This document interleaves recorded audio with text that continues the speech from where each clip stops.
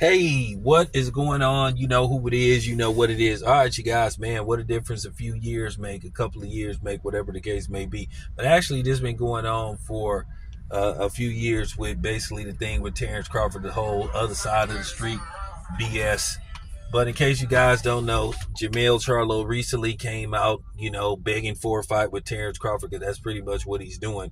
Now, keep in mind, all these dudes from, Danny Garcia to, a few other people saying, Terrence Crawford didn't have a big enough name and all this kind of stuff. Terrence Crawford don't sell. You heard every excuse in the book for them not to get in the ring. Oh, call Al Heyman and all that kind of stuff. We all know that Terrence Crawford was intentionally frozen out for the most part by the PBC. They were saying, oh, well, we don't really acknowledge his belt and all that kind of stuff. So, it was just complete. It was complete cap. And that's what I'm saying when I hear people try to talk all this super militant stuff when it pertains to Terrence Crawford and stuff, But the funny part about it is the dude that was fucking over Terrence Crawford happened to look just like him. We can sit up there and talk about Bob Arum all day and all night. But what about the guy that looked like him? What about what he did to Terrence Crawford? And for years, he had these PBC fun boys, fanboys, whatever they want to call themselves, sitting up here trying to devalue Terrence Crawford. Sitting up here talking, oh, he didn't take whatever, and we all know it was a joint effort to keep Terrence Crawford from collecting at least two other major belts, the major four belts. We all know that was did intentionally. We know that was did intentionally. So what are we talking about? But now all of a sudden everybody act like they just Terrence Crawford fans now. But Terrence Crawford, he remembers shit. He like me. He remembers certain shit. It's just certain shit that he remember, and he just don't, he just don't let go of, whatever the case may be. I just gotta keep it a buck. So now all of a sudden Charlo is sitting up here begging for a fight, saying it'll be an honor. And now we all know that he basically, a couple of years ago, he fought Canelo Alvarez. He just went in there and completely just laid an egg. And that's putting it lightly. Didn't even put up an effort. And then here it is, Terrence Crawford, a dude just 2 years ago was fighting at 147. And then you have a dude in Charlo who went up 2 weight classes and just basically didn't even do shit, didn't even try to fight Canelo. But now all of a sudden, he want us to believe that, oh, I'll give Terrence Crawford the best fight of his life. Oh, well, okay, so now all of a sudden you want to go balls to the wall. That's exactly how you should have been with Canelo. You should have tried to go balls to the wall. At least if you would have got knocked out, we would have respected you. And then you sitting up here talking about you do it for the culture. That nobody, no, man. Talk about I do it for the culture. They all talk about, yeah, ain't nobody talking about your ass. That's the problem. I find it mighty strange that these were the same dudes talking about that Terrence Crawford couldn't sell tickets, but yet Charlo, when he fought for Undisputed, they basically had to change venues from a bigger venue to a smaller venue because nobody wouldn't buy tickets. And then the day he fought, luckily they had an event next door going on, and they basically told people to go in there and they could watch the fight for free. So what did Charlo's pay-per-views do? But this is the shit that they was doing with Terrence Crawford, constantly trying to devalue this brother.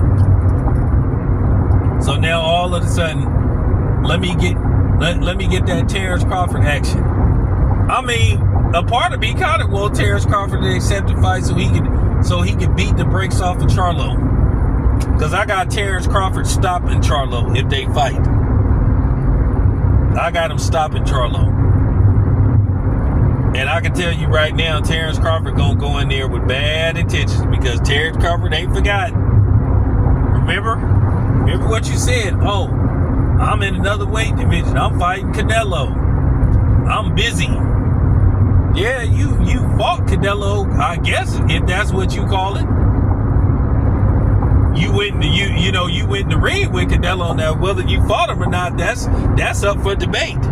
Everybody saw your performance versus Canelo, and this is why people to this day don't really respect you. And now all of a sudden, you guys are calling for a fight with Terrence Crawford. When you guys were intentionally told by you know who to devalue Terrence Crawford as a fighter, devalue him as a marketable fight, a sellable fight.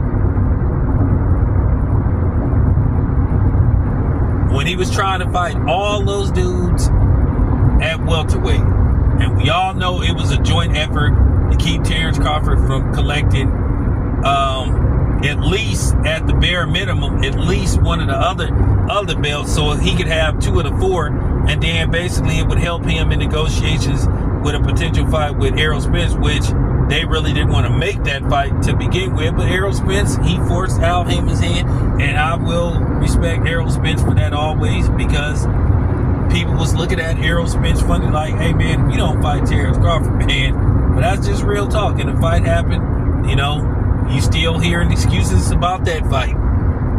Still hearing excuses about what happened, and all this stuff. Just like you got Canelo fans making excuses.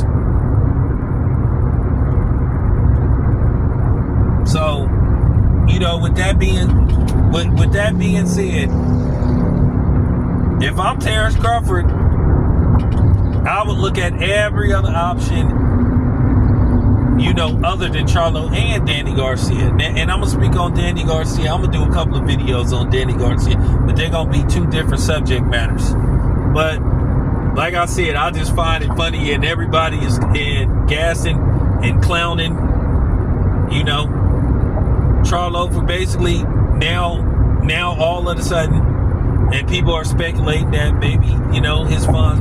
Listen, that ain't my job. That ain't my play. I don't know what he got in his bank account. I don't know what his financials is. I don't even care about that. But I'm just taking it back to where, you know, you had these people just straight up dismissing Terrence Crawford. All this bullshit about other side of the street. All that goofy, lame ass shit. It's just like, man, come on, man. You know. This is why boxing went the direction it went. This is why the networks got sick and tired of the antics of the PBC and all these other promotional companies, and just said, you know what, the hell with boxing. Only for them to return a few years later and be dealing with Dana White.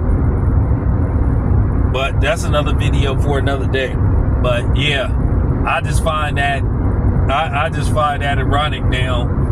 I just find it so ironic that Charlo all of a sudden now he wants to fight with Terrence Crawford. And like Terrence Crawford said, he the ticket now. He like pretty much a guaranteed meal ticket if you fight him now. So Terrence Crawford knows his worth, and people know what it's worth to fight Terrence Crawford. So let's see what happens. I ain't gonna tell Terrence Crawford who to fight, but I would think very hard about giving Charlo opportunity based off the fact how the people that he was with did him. So there you have it. This your boy Town. I'm out.